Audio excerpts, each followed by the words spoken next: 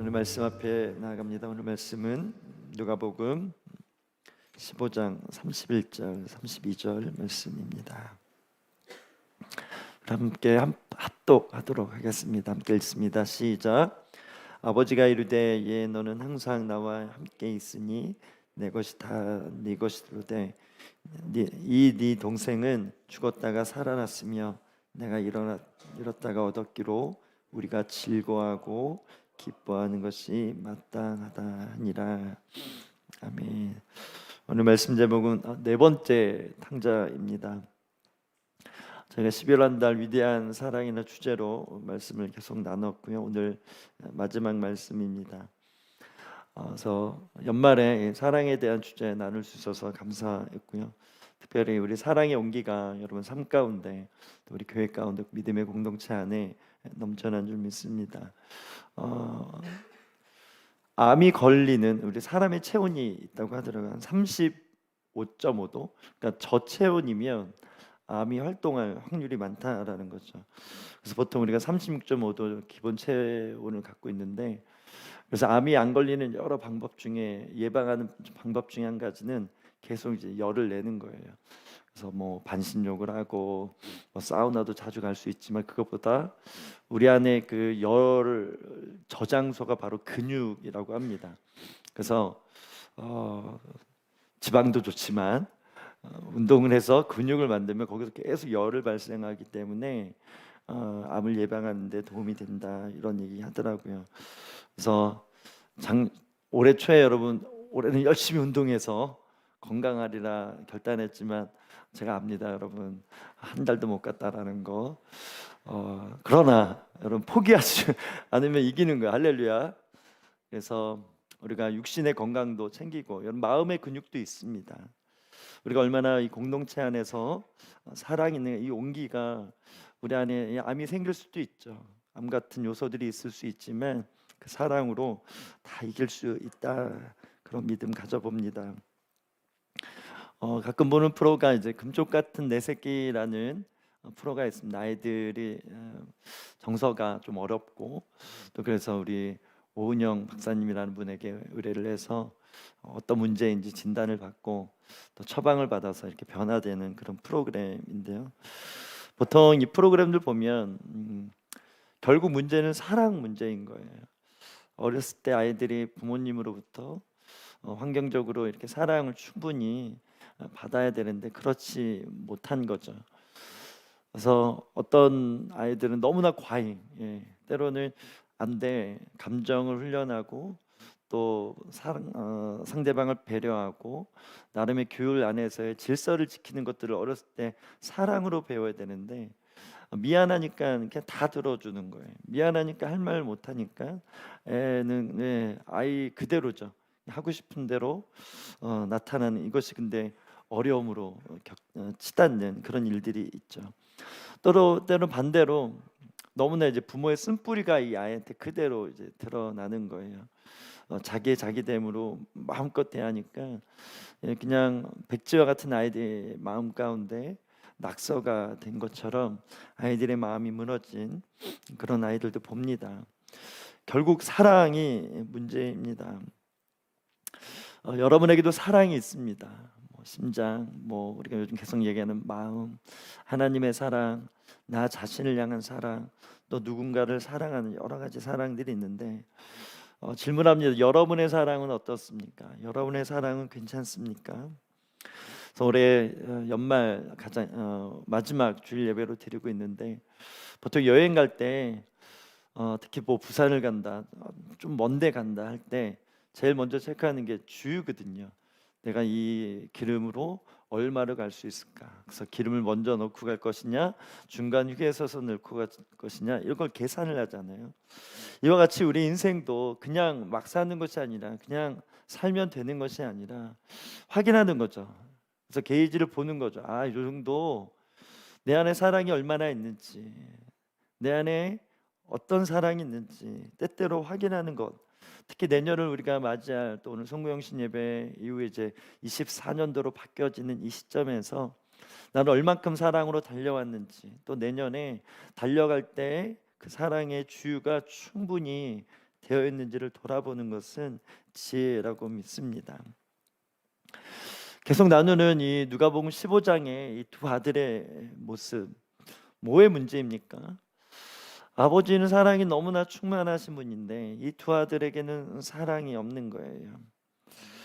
그러면 왜 이 아들들은 그렇게 완벽하고 완전한 정말 충만한 사랑을 가진 아버지 안에서 있었는데 왜 이 사랑을 몰랐을까? 계속 말씀 살펴봤지만 아버지 문제는 아닌 것 같아요. 아버지 문제는 아닌 것 같아요. 결국 이 두 아들의 사랑의 문제, 뭔가 망가진 거 아니겠습니까? 그래서 아버지가 이제는 이제 기다릴 때는 이제 끝났다 해서 둘째 아들과 첫째 아들을 향한 솔루션이 펼쳐지는 것이 어떻게 보면 누가복음 15장 이 탕자의 비유입니다. 생각을 해보는 거예요. 얼마나 패역했으면, 얼마나 어리석었으면 이 사랑 많은 아버지의 사랑을 알지 못했는가. 계속 요즘 우리 FA 집회 통해서 이사야 말씀을 통해서 구약의 이스라엘 백성의 상태를 나눴죠. 금요일 날에도 그래서 소망은 에스겔 말씀처럼 그들이 지금 돌 같은 상태라는 거예요. 지금 굳어 있는 상태라는 거예요. 아무리 하나님이 큰 사랑을 보여줘도, 아무리 하나님이 이 백성을 사랑한다 해도 이들은 그들의 하나님의 사랑을 받아들이지 못한 상태다. 그렇게 이해할 수 있는 거예요. 그래서 돌이 뭐예요? 이게 우리가 어떤 밭에 심겨져서 열매 맺잖아요. 돌에게 어떻게 뭐 심겨줄 수는 없잖아요. 이와 같이 아무리 사랑을 부어도, 아무리 사랑을 쏟아도 그 사랑을 받을 수 없는 상태가 바로 이 두 아들의 상태였다라는 것입니다. 우리 사람은 원래 이 사랑으로 만들어졌습니다. 이 사랑을 누구보다도 할 수 있는 존재로 만들어졌죠. 그런데 선악과 이후 죄를 먹음으로 인해서 아까 얘기했던 돌 같은 상태로 바뀌어진 거예요. 그래서 계속 설명해 드리면 우리가 예수 믿을 때 카르디아, 마음의 이 심중에 하나님의 사랑을 이제 인지하고 느낄 수 있는 상태가 되어졌다. 이것이 우리가 예수 믿을 때 거듭났다라는 증거인 거죠. 우리가 왜 예수님을 믿을까요? 결국 어떻게 보면 뒤에도 설명하지만 우리를 향한 짝사랑과 같은 그 사랑을 받아들인 거 아니겠습니까?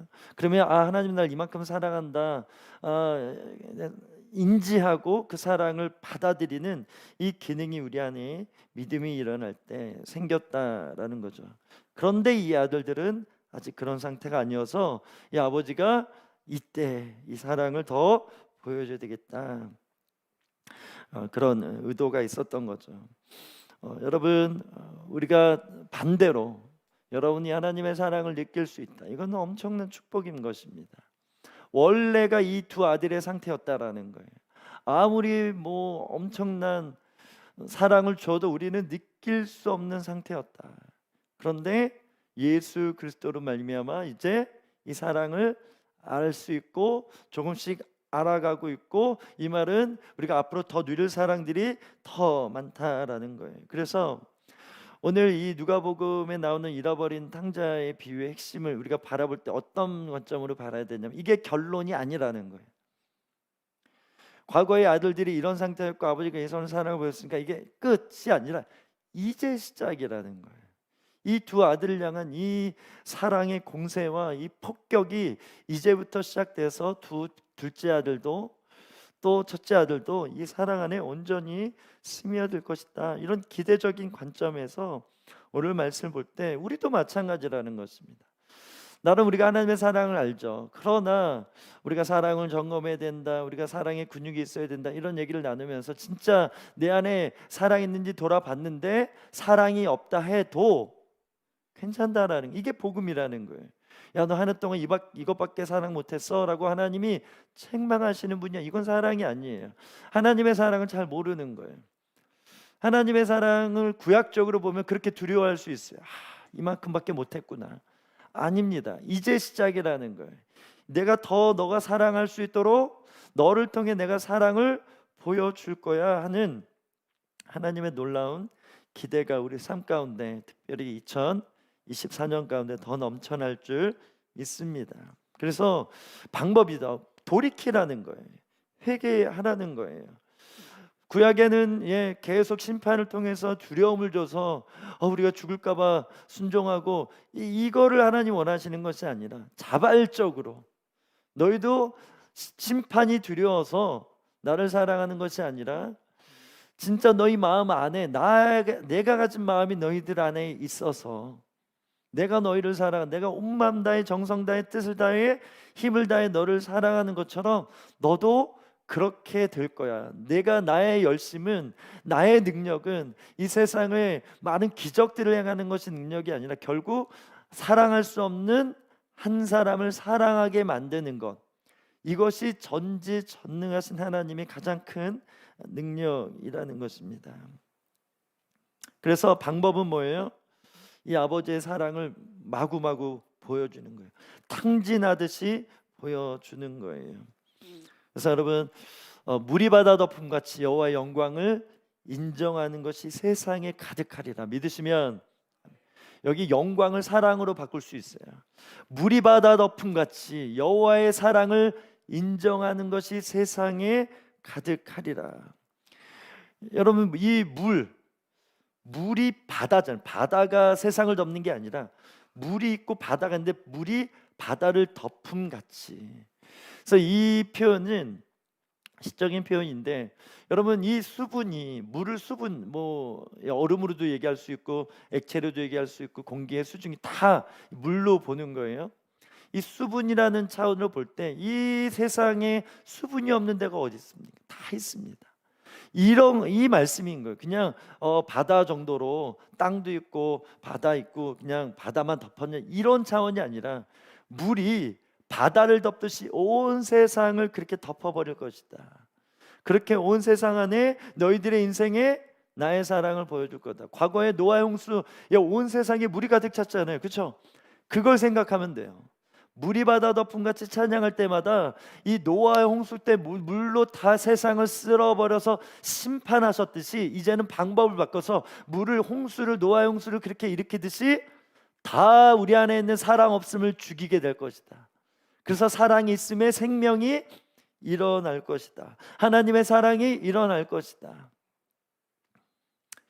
그렇게 예수님께서 십자가로 온 세상을 덮으신 것입니다. 우리는 그렇게 덮인 바 되어진 것입니다. 여러분 안에 사랑이 있다면 그 사랑으로 누군가를 덮게 된다라는 거예요. 그래서 우리가 찬양할 때 거친 파도 날 향해 와도 주와 함께 날아오르리, 그런 찬양 있지 않습니까? 여러분, 거친 파도가 내 인생을 닥치는데 이 파도까지도 주님의 사랑이라면 여러분 믿으시겠냐라는 거예요.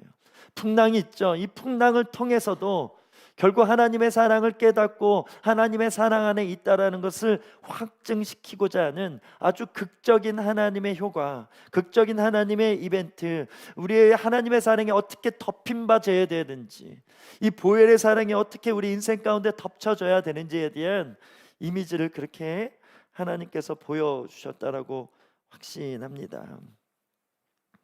그래서 한 번 더 우리 옆 사람에게 토닥토닥 잘 버티시고 이겨내셨어요, 이렇게 한번 얘기해 주세요. 그런 풍랑이 있었지만 주님이 주신 힘과 능력으로 이겨낸 줄 믿습니다. 그래서 오늘 위대한 사랑 한 세 가지로 또 한번 정리를 해봤습니다. 프로디걸, 앞뒤 가리지 않고 흥청망청 쓰는 그런 사랑을 말한 거죠.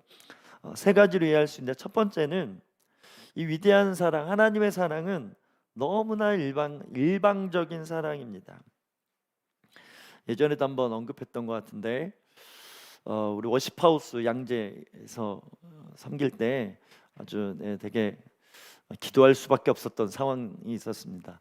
어떤 스토커, 어떤 자매님이 건반치는 형제님을 이제 스토킹하면서 망상 가운데 이미 그분한테는 저 형제는 나와 연인이다, 근데 나를 버리고 딴 자매를 사귄다, 마구마구 망상을 해서 저희 집회 때 와서 어려움을 주기도 하고, 경화전사 오늘 찬양인도 했지만 막 이렇게 손도 대고, 그 형제는 구타도 당하고 저도 막 맞을 뻔하고 그래서 경찰서 가는 여러 사건들이 있었어요. 요즘은 그런 이제 법이 강화돼서 그렇게 하면 즉각 이렇게 법적인 제재가 있더라고요. 아주 부정적인 삶을 힘들게 만드는 모습이죠. 이상한 어려운 그런 영혼이 이제 그렇게 행하니까 힘든 건데 이걸 바꿔보서 생각해보자라는 거예요. 여러분 프로디걸이란 말도 어떻게 보면 부정적인 언어입니다. 어떻게 물질을 내게 주어진 시간을 그렇게 흥청망청 써 그렇게 하면 안 돼. 대번 나오잖아요. 근데 이걸 바꿔보니까 이걸 사랑으로 바꿔보니까 이 표현이 더 극대화된 역설적으로 이해할 수 있는 것처럼 여러분 하나님의 사랑이 그래서 주님이 우리를 사랑하신다. 부모님처럼 사랑한다. 신랑 되신 예수님이 우리를 사랑 이렇게 표현도 해서 그러니까 너무 이제 그러려니 하는 거예요. 그런 얘기 많이 들어서 어떻게 보면 예수님께서 이 비유를 통해서 이 말도 안 되는 이 죄인들 이 자녀들의 이 모습도 있지만 반대로 해석이죠. 그래서 아버지 또한 세 번째 탕자다. 아버지 또한 이 물질과 아버지의 사랑을 허비하는 것이 아니라 아버지 자체는 그 사랑을 탕진하듯이 그렇게 사랑을 보인 것처럼 하나님의 사랑은 너무나 일방적이에요. 너무 이기적이에요. 상대방을 고려하지 않아요. 상대방이 사랑하든 안 하든 무조건 그냥 사랑하기로 결정하고 그렇게 우리를 향하고 있습니다. 시편 139편 8절 9절입니다. 같이 읽어볼까요? 시작. 하늘에 올라갈지라도 거기 계시며 세월에 내 자리를 펼지라도 거기 계시나이다. 내가 새벽 날개 치며 바다 끝에 가서 거주할지라도 거기 계시나이다. 되게 무섭지 않습니까? 바다 끝에 갔는데 도망갔는데 아까 그 얘기했지만 그 우리 강서 형제가 가는 곳마다 그 장면 얼마나 무서웠겠어요. 이토록 좋으신 하나님이 역설입니다. 그렇게 끝까지 추적하고 포기하지 않는 사랑. 새벽 날개치며 바다 끝에 거한다는 표현은 도망갔다라는 거예요. 요나 보세요. 요나 그렇게 하나님과 반대길 가도 그 자리에 풍랑을 일으켜내서 다시 그 자리로 나아가게 하는 이런 하나님의 열심, 하나님의 사랑, 선지자에게 먼저 보여줘서 그런데 너만 이스라엘 백성만이 아니라 니느웨에 있는 이 백성들도 내가 똑같이 이렇게 사랑할 거야. 그 사랑이 이방 민족인 한국 땅인 우리에게까지 온 거 아니겠습니까? 이 사랑 하늘에 올라갈지라 심지어 스올 가장 어려운 심지어 음부 지옥 같은 삶일지라도 거기에 주님이 함께 하신다. 그런데 여러분 이 사랑이 동의가 있었습니까? 아닙니다. 우리의 동의가 없었어요. 그런데도 거룩한 스토킹처럼 거룩한 구속의 차원에서 우리를 그렇게 붙들고 있다라는 것입니다. 너무 일방적이다를 다르게 표현하면 이기적이다 이런 표현하잖아요. 여러분 진짜 이기적인 사랑이 뭘까요? 그것은 조건적인 사랑입니다. 이기적이라는 말은 나 중심이죠. 하나님이 날 사랑할 때 내 중심으로 너무 일방적인 거 아니야? 나를 고려하지 않고 나를 무조건 이렇게 동의도 없는 데 사랑해? 우리가 하는 사랑을 볼 때 어떤 조건이죠. 상황과 환경 되면 내가 이만큼 사랑할게. 철저하게 자기 중심적인 이게 진짜 부정적인 차원에서 이기적인 사랑이고요. 긍정적인 차원에서 하나님의 사랑은 이기적이어야만 합니다. 그렇지 않으면 우리는 소망이 없었던 거예요. 그래서 하나님의 부르심에는 후회가 없다 이런 말씀이 있습니다. 그분의 선택, 그분의 결정은 후회가 없다. 그분이 모든 전지전능을 다 아시기 때문에 후회가 없으신 영역도 있지만 또 한켠에 우리가 볼 때 인간적인 차원을 볼 때 하나님 실수하신 거 아니야? 하나님 왜 이렇게 하실까? 이렇게 물음표를 던지는 상황이 있을죠. 그 상황까지도 하나님의 무엇으로? 사랑으로 후회 없도록 만드실 수 있는 뭐가 있다? 능력이 있다. 이것이 구속사입니다.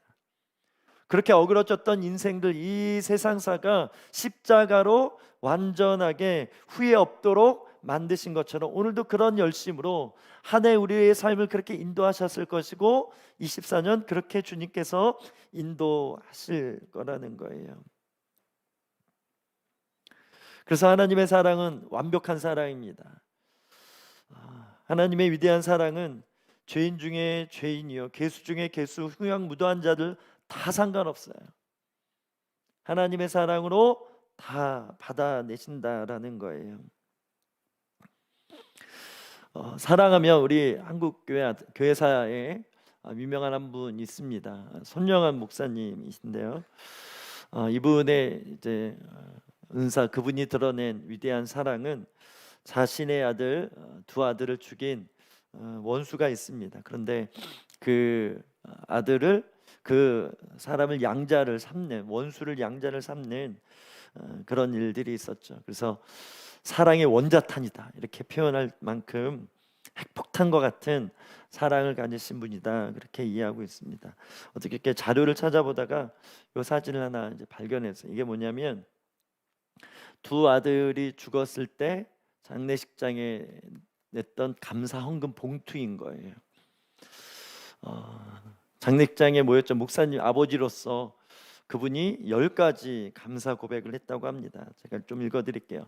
첫째, 나 같은 죄인의 혈통에서 순교의 자식들이 나오게 하셨으니 하나님께 감사합니다. 둘째, 허다한 많은 성도들 중에 어찌 이런 보배들을 주께서 하필 내게 맡겨주셨는지 그 점 또한 주님께 감사합니다.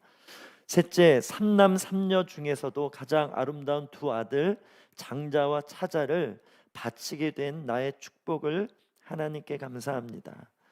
넷째, 한 아들의 순교도 귀하다 하거늘 하물며 두 아들의 순교리요 하나님께 감사합니다. 다섯째, 예수 믿다가 누워 죽는 것도 큰 축복이라 하거늘 하물며 전도하다가 총살 순교 당함이요 하나님께 감사합니다. 여섯째, 미국 유학 가려고 준비하던 내 아들 미국보다 더 좋은 천국에 갔으니 내 마음이 안심되어 하나님께 감사합니다. 일곱째, 나의 사랑하는 두 아들을 총살한 원수를 회개시켜 내 아들 삼고자 하는 사랑의 마음을 주신 하나님께 감사합니다. 여덟째, 내 아들 두 아들의 순교로 말미암아 무수한 천국의 아들들이 생길 것이 믿어지니 우리 하나님께 감사합니다. 아홉째, 이 같은 역경 중에서도 이상 8가지 진리와 하나님의 사랑을 찾는 기쁜 마음, 여유 있는 믿음을 주신 우리 주 예수 그리스도께 감사합니다. 10번째, 이렇듯 과분한 축복을 누리게 되는 것을 감사합니다. 이렇게 손영호 목사님이 고백할 때 장례식에 참여한 모든 사람들이 함께 울며 그 아버지의 마음, 이 사랑을 탕진하는 이 손영호 목사님의 이 마음에 동참하면서 그렇게 은혜를 함께 나눴다라는 것이 있습니다. 그분이 사랑일까요? 손장호 목사님의 사랑일까요? 아닙니다. 이건 철저하게 하나님의 사랑인 것입니다. 결국 우리 마음밭은 씨 뿌린 자의 비유도 있지만 30배, 60배, 100배 하며 와, 내 물질이, 와, 내 건강이 딱 떠오르는 게 있어요. 오늘부터 여러분 안에 이 30배, 60배, 100배 선포할 때마다 사랑의 결실로 바라보길 주는 축복합니다. 사랑을 키워야 됩니다. 결국 사랑의 열매입니다. 사랑 없으면 아무것도 아닌 것입니다. 그렇게 주님을 사랑하듯 누군가를 사랑하는 것, 우리가 오늘 이곳에서 예배하고 2024년 소망 가운데 한 해를 또 맞이해야 될 이유가 되는 줄 믿습니다. 두 번째는 위대한 사랑은 상식적이지 않습니다. 이것도 역설이죠. 조금 전에 읽었던, 나눠드렸던, 알려드렸던 손장훈 목사님의 모습 결코 상식적이지 않습니다. 여러분, 상식적이라는 말이 좀 일반적인 거죠. 이 정도 이해가 되는 건, 납득이 되는 상황이죠. 두 아들을 죽인 자를 그저 용서하는 거, 그냥 용서해 줄게, 이것도 일반적이지 않죠. 그런데 그 당사자를 양자로 삼겠다. 이건 도저히 이해할 수 없는 비상식적인 상황입니다. 예수님에게도 이런 모습이 있었습니다. 어느 날 예수님이 제자들을 한 사람 한 사람 부르실 때 갑자기 세리 관원인 이 마태를 부른 거예요. 당시 예수님도 그렇고 세례 요한도 그렇고 각 랍비 문화가 있죠. 어떤 랍비가 자기 문화생들을 데려다가 이러이런 가르침을 통해서 뭐 그들의 삶뿐만 아니라 이런 좋은 메시지, 랍비 좋은 선생들, 리더들을 키우는 그런 문화가 있었는데, 그 중에 한 부류가 가장 강력했던 세례 요한인의 부류였고, 그 중에 또 한 부류가 예수님이 거느렸던 예수파, 그리스도파인 거죠. 그런데 이 예수님이 제자를 부를 때 좀 똑똑하고 잘 누가 봐도 와, 저 사람은 예수님의 제자가 될 만한 사람이 돼. 이렇게 불러주면 얼마나 좋겠어요. 그런데 갑자기 정말 창기처럼 민족의 이 등쳐먹는 민족의 이 세금, 노마에 바칠 세금을 착복해서 알아서 챙겨라. 정해진 게 아니에요. 알아서 챙겨라는 거예요. 그렇기 때문에 더 가지려면 더 가질 수 있고, 양심적으로 세금을 걷는 사람은 적당히 가졌겠지만, 그래서 많은 사람들이 이 세리를 누구처럼 여겼다? 창기처럼 여겼다라는 거예요. 주님이 몰랐을까요? 그런 시선이 없었을까요? 다 알죠. 그럼에도 예수님은 깨고 싶은 거예요. 사람들이 가진 일반적인 사랑의 관점, 일반적인 관계의 관점, 이 모든 것을 깨고 싶은, 나는 다르다. 그래서 마태를 불렀다라고 생각합니다. 왜 이 예수님께서 사마리아를 통과해야 될까요? 왜 수가성 그 여인을 만나러 가야 될까요? 이것도 이상한 거예요. 이것도 굉장히 비상식적인 거예요.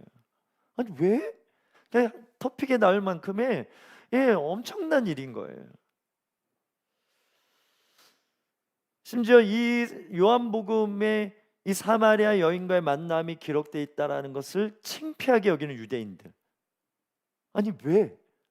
너무 은혜로운 말씀에 4장에 딱 갔는데 이 사마리아를 이 여인과 이런 대화를 하는 이 엄청난 예배의 진리를 유대관 니고데모랑도 나눌 수 있는 거잖아요. 그런데 이 창기와 같은 사마리아 여인과 함께 이 진리를 나눴다. 이해가 안 되는 것입니다. 왜 예수님은 병자를 안식일에 고치셨을까요? 주부님의 능력이라면 하루 지나서 내일 고쳐도 충분히 낫게 하실 수 있고, 내일 찾아와라, 오늘은 안식일이다, 오늘은 쉬어야 되겠다, 클로즈, 이렇게 오픈이 아니라 이렇게 할 수 있잖아요. 그런데 왜 예수님은 의도적으로 안식일날 병자를 고쳤어요? 깨고 싶은 거예요. 인간의 한계로, 인간의 지식으로 하나님의 사랑을 깨달으려고 하니까 이 돌 같은 상태, 굳은 상태로 하나님을 아무리 예배한들 느껴지지 않고, 그래서 종교적일 수밖에 없는 이들의 상태를 깨고 싶은 거예요. 그래서 프로디걸하게, 조금 전에 했던 이기적이면서 아주 일방적인, 스토킹적인 차원, 아주 비상식적인 모습으로 그렇게 다가가서 세상에 충격을 주려 했던 것입니다. 하박국 선지자가 이해가 안 됐어요. 하나님이 우리가 죄를 지은 거 인정하겠습니다. 그런데 왜 우리보다 더 악독하고 패역한 아수르를 통해서 우리를 징계하십니까? 왜 바벨론을 통해 심판하십니까? 이해가 안 됐어요. 성전에서 하나님은 성전에 계신 온천하는 잠잠을, 이 말씀이 그 말씀이죠. 엄청난 유명한 말씀이죠. 어떻게 보면 성전에서 이렇게 예배하니까 이 공간 이스라엘 성전 더 컸겠죠. 어쨌든 그 성전 안에 거하지만 그 장대한 거 위대함이 있겠지만, 그것을 넘어선 진짜 온 우주를 만드신 이 측량할 수 없는 사랑은 모르는 거예요. 그냥 이 성전에서 내가 보이는 시야, 이 공간에서의 정도로 하나님의 사랑을 이해하는 이 하박국의 한계. 그래서 주님이 보여주시는 거예요. 이해시키는 거예요. 그래서 이 선지자가 깨닫게 되죠. 그래서 물이 바다, 아까 말씀한 물이 바다 덮은 같이 이 말씀도 하박국서에서 나오는 것입니다. 그렇게 하나님의 사랑을 경험하게 되면 무화과 나무 잎이 마르고 포도 열매 없어도 다 없어 다 잃어도 난 여호와로 말미암아 즐거워하리로다. 영이 깨어난 거, 선지자의 영이. 그래서 영이 충만해서 주님으로서 나로 높은 곳에 나의 힘이 되신 주님과 함께 사슴과 같이 높은 곳에 다니겠다. 낮은 곳에서 보는 것점이 아니라 하나님 차원에서 내가 하나님의 눈으로 이 세상을 보게 될 것이다. 그런 예언적 고백을 하박국이 선포하게 된 것입니다. 상식적 합리적인 사고를 얘기하는 거죠. 여러분, 하나님의 사랑은 그 한계로는 다 측량할 수 없습니다. 이해할 수 없습니다.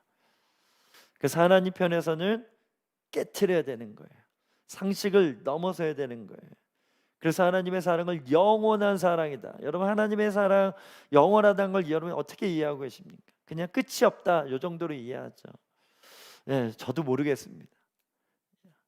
영혼을 우리가 경험해보지 못했기 때문에 그런 개념이 있다라는 것을 말씀을 통해서 이해할 뿐이죠. 영의 차원을 우리가 어떻게 이해할 수 있어요?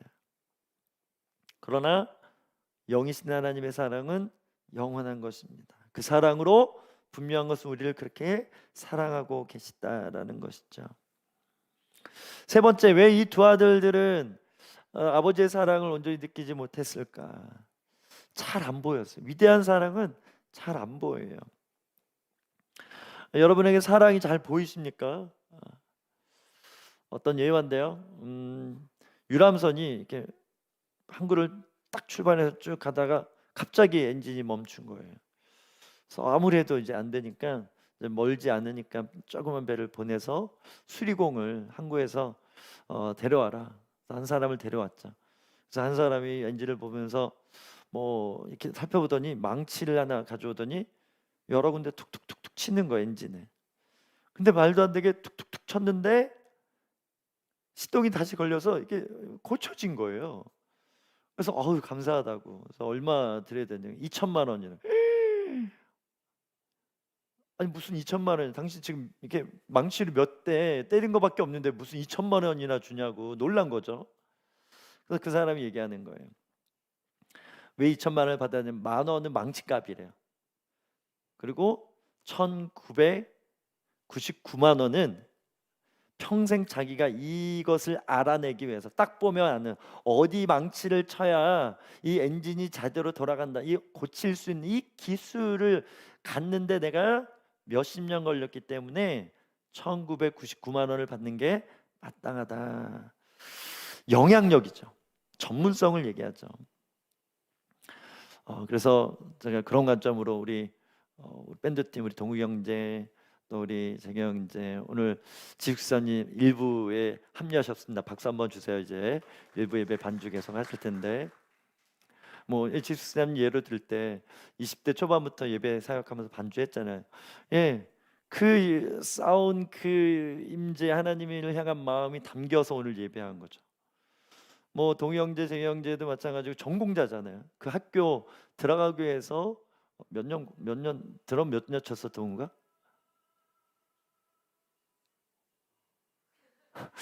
한 50년 쳤어? 네.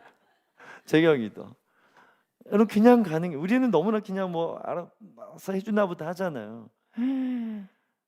예, 10년 아니면 더 많은 시간 학교 들어가기 위해서 얼마나 공부 많이 해. 밤새고 일주 아니 몇 달 동안 드럼만 치고 베이스 기타만 쳤던 그 실력으로 오늘 우리가 볼 때 잘 치나 보다 되게 쉽게 하는 것 같잖아요. 그렇죠? 잘 안 보이는 거예요. 이거는 뭐 우리 밴드팀만이 아니라 우리 인생의 삶에도 적용이 되는 거죠. 어느 위치에 갔을 때, 어느 영향력이 있을 때 그냥 되어진 것이 아니라 저 자리까지 가기까지 얼마나 많은 눈물이 있었을까, 많은 고뇌가 있었을까를 볼 수 있는 것. 이것이 이제 고수들이죠. 인생의 고수들. 고수를 거꾸로 하면 뭐가 돼요? 수고죠. 그래서 진정한 고수는 상대방의 수고를 보는 거예요. 지금의 결과만 보는 것이 아니라 이 자리까지 오기까지 어떤 수고가 있었는가, 그 값을 쳐주는 것, 이 값을 가볍게 여기지 않는 것. 여러분, 부모님의 사랑 우리 자녀들이 잘 모르죠. 그래서 우리 부모님들 계시는데 자녀들 키울 때 나 진짜 내 사랑 이렇게 몰라주나, 내가 너희를 얼마나 사랑하는데, 이런 마음이 들잖아요. 그런데 놀랍게도 우리도 어렸을 때 부모님의 사랑을 잘 몰랐다라는 거예요. 여러분의 기억, 어렸을 때 기억, 어느 때부터 기억이 납니까? 영화, 우리 김명수 권사님도 계시지만 우리 손주 세희 엄청 열심히 살게. 세희가 할머니 이렇게 살아가는 걸 나중에는 알겠죠. 어느 시점부터 인지하게 되는 시점이 있겠지만 지금은 잘 모를 것 같아요. 그냥 설명할 수, 그냥 본능적으로 그 사랑을 받아들이는. 근데 어느 순간 이성이 깨어나서 할머니가 나 이만큼 사랑하는구나. 저희 시온이 같은 경우 저희 처가댁 옆에서 한 수년간 살아서 유치원 다닐 때 저희 아내도 같이 맞벌이 할 때가 있었어요. 그러면 아침에 어린이집 데려다주고 찾아오는 것은 할머니 몫이었어요. 그러니까 그 유치원 정도 되니까 저희 시온이 기억에는 할머니가 항상 맛있는 거, 정성 다해 음식을 차려줬던. 그래서 우리 시온이가 잘 먹어요. 그래서 할머니 덕에 어렸을 때 많이 잘 먹었던 기억이 있어서. 그래서 저희 별명이 피그예요. 피그. 우리 하원이가 맨날 피그 누나면서 너무 잘 먹어요. 그 시작이 어렸을 때 할머니의 사랑을 많이 받았다라는 거죠. 이와 같이 우리가 뇌로 이 사랑을 내가 사랑받고 있다라는 것을 인지하는 그 포인트가 있는데, 그 전까지는 영화 시절에는 잘 모른다라는 거예요. 이게 어쩔 수 없는 거예요. 그래서 어떻게 보면 아까 처음에 얘기했던 것처럼 이제 시작이다. 이 두 아들의 상태가 영화기다. 아버지의 사랑이 문제가 없다면 그만 아들들의 문제인데, 어떤 시각으로 봐야 되니까 이들이 나이가 몇 살이었는지 모르겠지만 굉장히 어린 신앙이었다, 어린 상태였다, 그렇게 이제 보는 거예요. 그리고 사춘기 시절이 되면 이제 호르몬이 마구마구 이제 작동이 되면서 어른 되기 전에 한번 폭풍이 도는 거라고 얘기하더라고요. 그래서 아무리 부모님이 사랑해도 이게 좀 반항적으로 불편하게 느껴지고 내 자기의 독립을 지금 하고 있기 때문에 내 안에 있는 독립군 세포들이 마구마구 일어나니까 부모님과 약간 떨어져야 되니까 그런 마음들이 생기는 것 같아요. 그래서 그렇게 극진히 여전히 부모님의 사랑을 동일한데 그때는 나를 덜 사랑하는 것 같아. 그때는 느껴지지 않는 것 같아. 이것이 어떻게 보면 창조 원리 안에서 왜 그때 하나님이 그런 호르몬을 작용하도록 사람의 안에 만들었을까? 이런 시스템을 가졌을까? 돌아보면 또 알게 되는 거예요. 그렇게 영적인 사춘기처럼 두 아들이 아버지의 사랑을 몰랐다. 그래서 여러분, 미신적인 신앙의 특징은 뭡니까? 하나님을 믿으면서도 얼마든지 우리가 미신으로 믿을 수 있다 나눴어요. 상황과 환경이 틀어지면 원망하고 불평합니다. 딱 사춘기 때에 이 자녀들이 갖는 모습이라는 거예요. 보세요. 그런 광야 시절에 그들은 불평했고 하나님 우리를 죽이려고 여기를 데려왔나, 이렇게 원망의 소리 있었는데 주님 뭐라 얘기한지 아세요? 민수기 말씀에 내가 독수리 날개치며 너희들을 안고 발이 부르트지 않고 내가 너희를 어떻게 사랑했는지 너희들이 모르는구나, 이런 고백이 있어요. 하나님이 사랑 안 한 게 아닙니다. 근데 그들은 모르는 거예요. 하나님은 사랑했다. 독수리 날개치며 어번 아들이 나르듯이 그렇게 키우듯이 너희를 키웠다. 해석이 돼서 믿는 것이 아니라 믿기 때문에 해석이 되는 것이다. 그래서 이 프로디걸, 이 사랑은 어떻게 보면 이 두 아들에게 거듭날 기회라고 좀 생각합니다. 사랑의 눈이 떠지고 사랑의 이 카르디아 심장이 열리는 포인트가 오늘 이 탕자 비유의 핵심이라는 거예요. 하나님의 은사는 무엇입니까? 보이지 않게 사랑하는 것입니다. 어쩌면 너무 커서 보이지 않은 것일 수 있어요. 그래서 하나님의 별명은 잠잠이다, 그렇게 묵상을 해보는 거예요. 여러분, 하나님에게는 침묵도 사랑입니다. 아무 소리 안 들려요. 느껴지지 않아요. 주님 날 사랑하는 거 맞나? 사랑하신다면 이 상황, 이 어려움, 이 고난 왜 주실까? 왜 하나님이 사랑하시냐면요, 여러분, 주님의 강한 팔이 이미 우리를 붙들고 있기 때문에. 소리의 문제가 아니라 스킨십으로 붙들고 있다라는 거예요. 그래서 굳이 말할 필요가 없어요. 심지어 말해도 모를 상태니까 지금은 붙들고 있는 거예요. 어떻게 보면 첫째 아들을 그렇게 붙들고 있었을지 모르겠어요.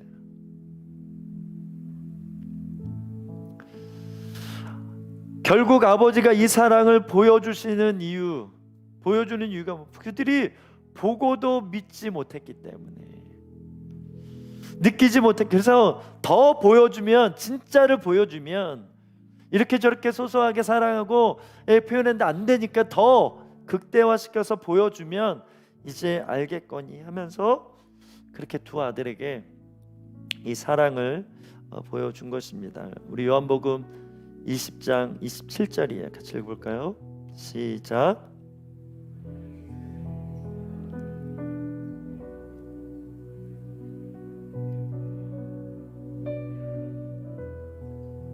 믿는 자가 되라. 예수님께서 부활하신 이후에 제자들에게 나타났습니다. 평강이 있을지어다. 끝까지 사랑하시는 모습이에요. 근데 한 제자 도마가 없었어요. 야, 예수님이 나타나셨어. 부활하셨어. 우리가 근데 저 벽을 뚫고 오셨어. 에이, 무슨, 장난하지 마. 뭐 이렇게 반응했겠죠. 그래서 어느 순간에 또 예수님이 나타나셨습니다. 그러면서 도마가 믿지 못하니까 손가락을 내밀어 손으로 넣어봐라, 만져봐라. 그러면서 믿음 없는 자 되지 말고 믿음 있는 자가 되라. 누구는 보지 않고도 믿는 사람이 있을 수 있죠. 백부장처럼 그냥 명하기만 하십시오. 그냥 막 성령의 감동처럼 믿음이 일어나서 믿어지는 그런 사람도 있지만, 도마처럼 봐야 믿는 그런 성향을 가진 사람들이 있어요. 그러면 주님이 그 사람에게 맞게 또 보여준다라는 게, 여러분, 이게 복음입니다. 내 위대한 사랑을 너희들은 보지 않고 믿어야 돼. 보지 않고 안 믿으면 다 끝이야. 이런 분이 아니라, 그래? 그럼 보여줄게. 보지 않고 믿는 믿음이 복되긴 하지만 보지 않고는 못 믿겠다. 보여줄게. 그렇게 하나를 주님이 때때마다 여러분 사람 가운데 보여주셨을 것이고, 내년에도 그 신실하심으로 그 사랑을 알게 하실 거라고 믿습니다. 주님의 기대입니다. 오늘 말씀 제목이 네 번째 탕자인데요. 그래서 몇 주 전에도 제가 질문했던 것 같아요. 이 본문 안에 탕자가 몇 명이냐? 첫 번째, 둘째 아들, 첫째 아들 2명만 있는 것이 아니라 세 번째 탕부의 모습도 있고, 거기서 끝나면 안 되고 이 본문 안에 누구도 봐야 돼요? 십자가, 이 완전한 사랑을 이미 입은, 하나님을 아버지라 사랑을 받고 알고 믿고 아버지라 부르는 우리, 이제 우리의 부르심, 우리의 사명은 네 번째 탕자가 되어지는 것입니다. 그래서 주님 말씀하시는 거예요. 올해 너도 열심히 했지만 나의 열심으로 이만큼 너가 성장했어. 이만큼 살아올 수 있었어. 부족하지 않아. 저는 오늘 마지막 날인데요, 이걸 못했네, 저걸 못했네, 후회하는 여러분 되지 않기를 주는 축복합니다. 그래서 오늘도 은혜라는 찬양 나눴지만 한 해 동안 부어주신 은혜, 많은 하나님의 수고, 하나님의 열심을 우리가 기억하면서 하나님의 격려를 받는 거예요. 그렇게 하나님이 오늘 우리를 위로하신다라고 저는 확신합니다. 너희 하나님 여호와가 찬양 부르면서 우리 함께 너의 하나님 여호와가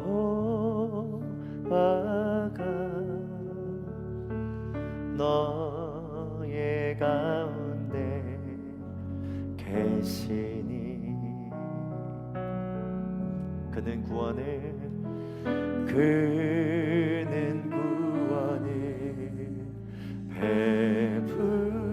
베푸실 전능자시라.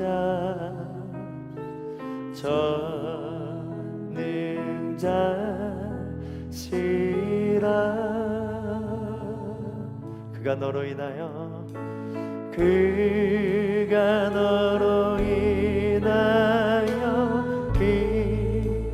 기쁨을 이기지 못하시며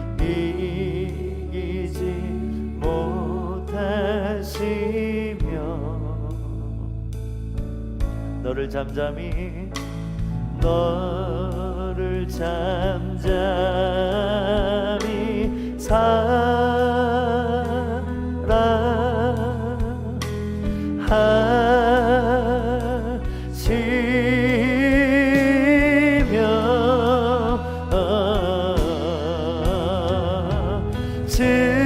즐거이 부르며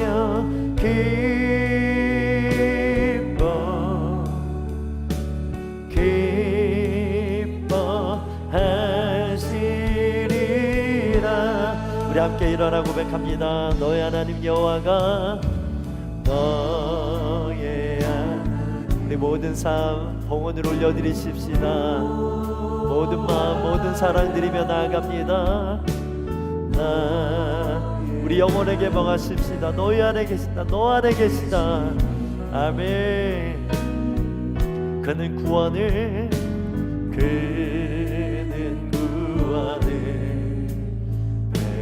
베푸실 전능자시라.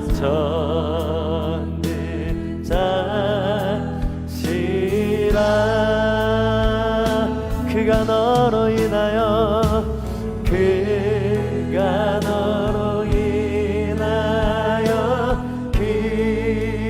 기쁨을 이기지 못하시며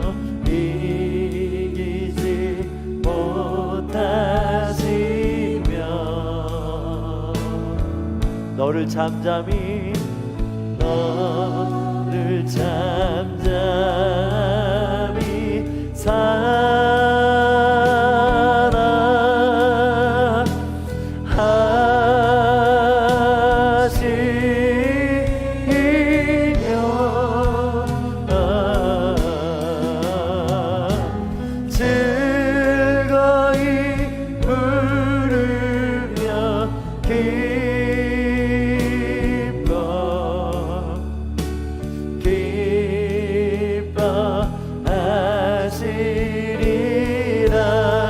즐거이 부르며 기뻐하시리라. 즐거이 부르며 기뻐하시리라.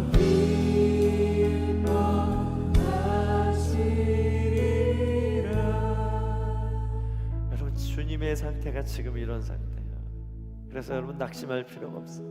주님이 기뻐하시는구나. 나 이거밖에 못했네. 나 이 정도밖에 안 되네. 가 아니라 괜찮대요. 결국 너가 하는 것이 아니라 내가 할 것이기 때문에 나의 때 내가 이룰 것이다. 그래서 나는 조급하지 않다. 말씀하시는 여유 있으신 평강이 있을지어다.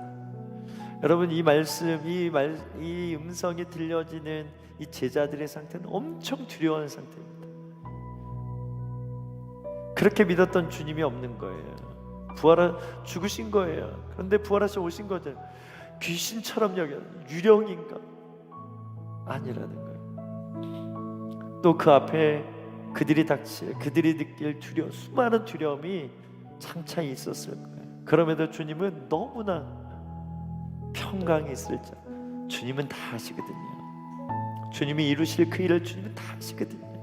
조급할 이유가 없어요. 이게 영원이에요. 영원.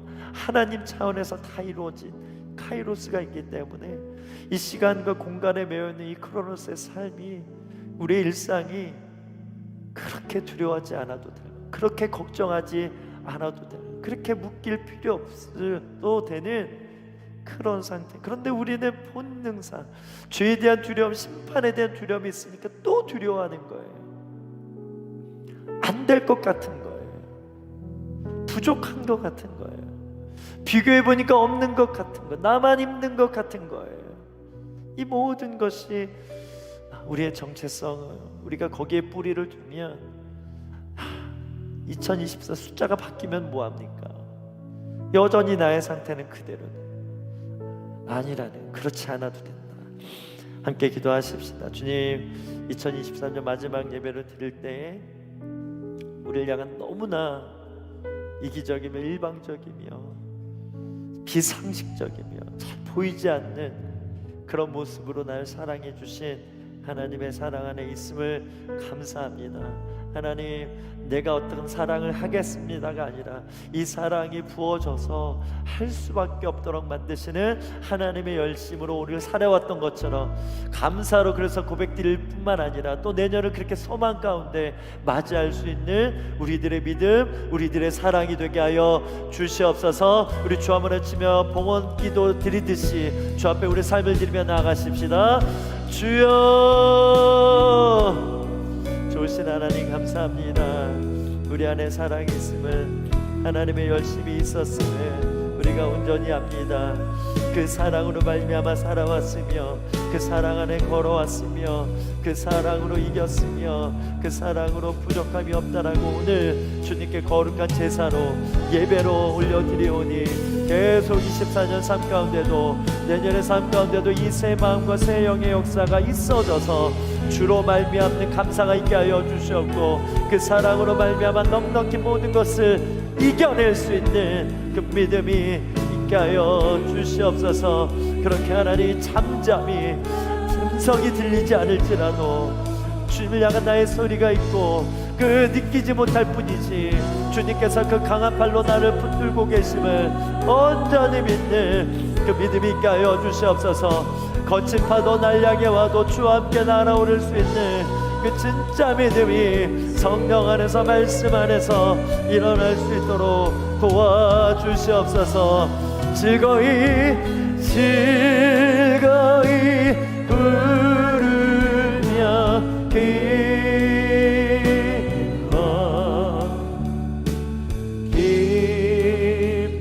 기뻐하시. 우리 두 손 높이 들고 찬양하십시다. 즐거이 부르며 기뻐 즐거이 그 기쁨이 지금 우리 가운데 임한 줄 믿습니다. 아멘.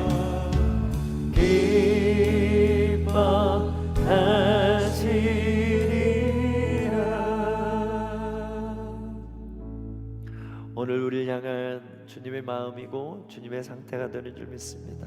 이 기쁨에, 이 평강에 믿음으로 동참하며 나아가는 우리 한 사람 한 사람의 그 중심을 기뻐 받아 주셨고 또 삶의 예배로 드리고자 하는 주님이 주신 이 아름다운 마음, 이 비전, 이 꿈을 우리에게 심어준 줄 믿습니다. 더 열매 맺게 하여 주시옵소서. 사랑의 열매가 30배, 60배, 100배의 결실을 맺게 되는 2024년을 소망하는 또 오늘의 하루가 되게 하여 주시옵소서. 또 한 해 동안 수고한 우리 예배자들 성도들 격려해 주시고 구체적으로 말씀하여 주시고 하늘의 감동, 한 해를 마무리하면서 하나님의 위로가 충만한 오늘을 보낼 수 있는 우리 워시프하우스가 되게 하여 주시옵소서. 오늘도 예물로 예배하는 자들이 있습니다. 이 물질이 쓰이는 곳마다 주님의 은혜, 주님의 임재가 가득하게 하여 주시옵소서. 지금은 우리 주 예수 그리스도의 은혜와 아버지 하나님의 무한하신 사랑과 성령 하나님의 충만 교통하신 그 은혜가 오직 잠잠히 사랑하심으로 우리를 늘 향하시고 우리를 붙들고 계신 그 사랑을 믿고 낭망할 수밖에 없고 좌절할 수밖에 없는 사랑이지만 다시 일어서기로 결정한 모든 믿음 위에 워시퍼 성도들의 모든 삶의 발걸음과 그 마음의 사랑 위에 우리의 꿈과 비전 위에 우리 다음 세대 우리 아이들 위에 이제부터 영원토록 함께 하시기를 간절히 축원하옵나이다. 아멘.